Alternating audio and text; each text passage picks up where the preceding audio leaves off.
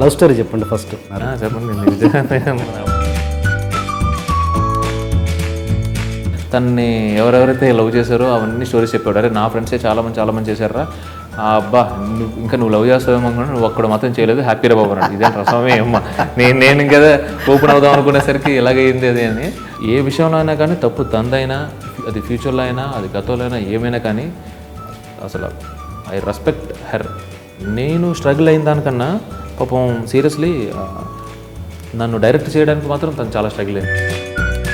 మీ వైఫ్కి ఒక భార్యగా ఎన్ని మార్కులు ఇస్తారు? 100% ఇస్తానండి. మా వైఫ్ శాలరీ మీదే నేను డిపెండ్ అయినా. She's in HOD. సో ఆ స్టాండర్డ్స్ అయితే మెయింటైన్ చేయాలి, డబ్బులు ఉండేవి కాదు. ఆ పాయింట్ ఆఫ్ టైంలో ఏంటంటే తను క్యారీ 25 కిలోమీటర్స్ వెళ్ళి మళ్ళీ 25 కిలోమీటర్స్ వెనక్కి వచ్చేదాన్ని.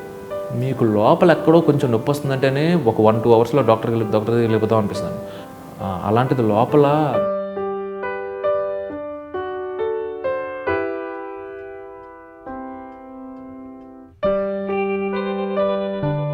నేను కొంచెం ఎక్కువ ఎమోషన్ అవుతుంది. ఎందుకంటే నేను మా మదర్ మీద నాకు రెస్పెక్ట్ పెరిగిపోయింది.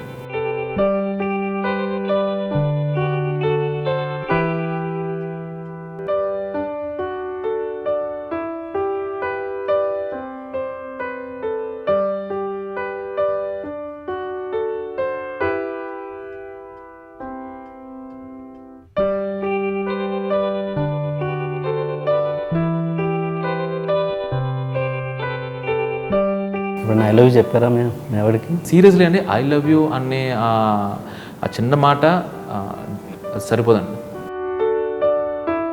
తల్లిదండ్రులకి నేను ఎంతలా రుణపడున్నానో నేను I owe to her. So అండి ఇంకా చెప్పాలంటే ఐ ఓ హర్.